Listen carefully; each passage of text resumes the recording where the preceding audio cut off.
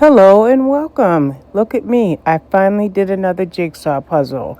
This is Amy Stewart's Blanket Fort 1979, a 1,000 piece puzzle from Buffalo Games.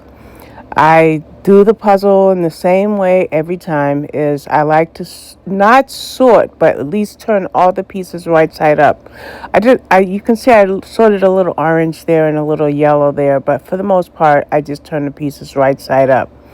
I'm a little anxious about this puzzle because I just haven't had the desire to work on it.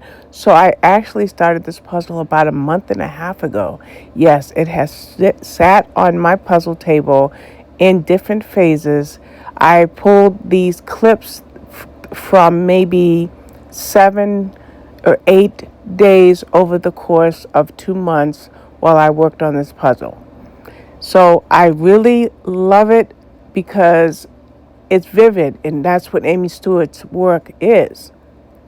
However, my mind is just more focused on reading and doing things of that nature, playing New York Times games. I just haven't felt like sitting down at my puzzle table. At least I had not felt like sitting down at my puzzle table because all of a sudden, there I am on my puzzle table working on this puzzle. So, what's been going on all of this time that I haven't been puzzling or only puzzling a little bit at a time? Well, I have regained my love of reading, and that is very, very important for me to mention because I had really dropped off a few months of the year. One month, I think is May, I did 17. The previous month, I did like 15. And June, I think I did a little bit better at 21 or 22. And now I think I'm at 35 or 36 for this month.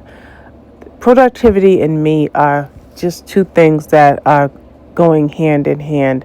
And I can't seem to change that about myself, about wanting to get things done and wanting to get things done in some kind of order. But I haven't just been reading and writing book reviews and keeping my blog up and playing New York Times word games and sometimes even Nerdle, a math game that is along the theme of Wordle.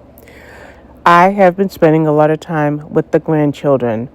I usually have two of them over every Sunday after my meeting, but this week is a extra privilege because I have one of my 12-year-old grandsons. I have three grandsons who are age 12 and another granddaughter who will be 12 in December. But anyway, one of my 12-year-old grandsons is spending the week with us, and he's been really, really good company. And in fact, at the end of this video, I'll show you what he did just today, in fact, as I finished the puzzle and as I am getting ready to make this video. He sat in my room and he worked on a puzzle and I worked on a puzzle. We watch movies together and, it's just really good company, and that's just really good for my psyche. And that's what's been going on. So here I am doing a voiceover because it had been a whole month since I worked on this puzzle. Parts of the puzzle done. Of course, I probably have another 600 pieces to go, but I've got this here, I've got this right here, this done, and this part of this pillow done. I thought I sorted, yeah, I did. I kind of threw the crocheted Afghan pieces into this tray. So I think I have them all, and the crocheted Afghan pieces go kind of in this area. So I'm sorting as I'm solving. As you can see, this is done, and this is going to go over here somewhere. I'm not sure if it's going to go this way or if it's going to go the other way. So anyway, just wanted to let you know. So like I said, I've got a good 600 pieces to go. I am nowhere, but I'm enjoying myself.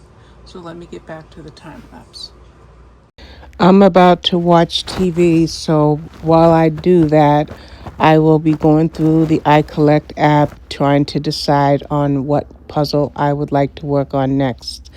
I don't know if I'm going to do another Amy Stewart puzzle. No, actually, I kind of think I want to do an Ebu puzzle. I haven't done an Ebu puzzle in a few months, and Ebu is pretty much my favorite brand. Don't ask me why. Ravensburger should be my favorite brand. Buffalo should be my favorite brand. I don't know. They're all my favorite brand. So yeah, I think I'm going to do an Ebu puzzle next. And then I wanted to tell you as well. I also started cross stitching again. Yes, I have not cross stitched for years, maybe 2.5, 3 years. I started stitching again. However, I just had cataract removal surgery and stents put in my eyes for my glaucoma. And because of that, I can't wear my glasses. My vision is like really confused right now. And until I get my left eye done, I just can't focus on finding the places to put the stitches. So I'm going to just leave the cross stitch for now.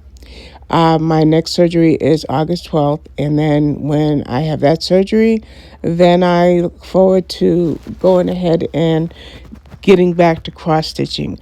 My plan is one day I work on my puzzle, one day I work on my stitching and alternate. If I make a good schedule and stick to that, then my next plan is to factor in another hobby. Not sure if it's going to be diamond painting or coloring, but I do want to factor in another hobby.